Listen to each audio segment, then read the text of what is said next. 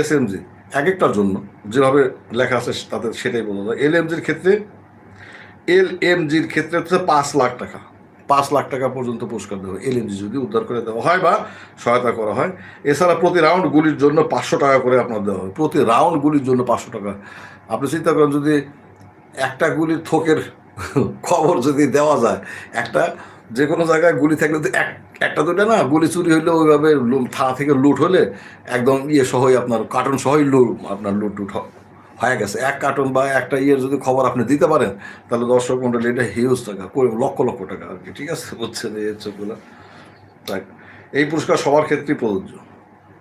এখন কথা হচ্ছে এই পুরস্কার ঘোষণা 13 মাস 14 মাস চলে গেছে, আর সামনে আছে কয় মাস। এখন পুরস্কার ঘোষণা করে কতটুকু সুফল পাওয়া যাবে, কতটুকু অস্ত্র উদ্ধার করা যাবে, এবং পরিস্থিতি ফিল্ড কতটুকু নিয়ন্ত্রণে নিয়ে আসা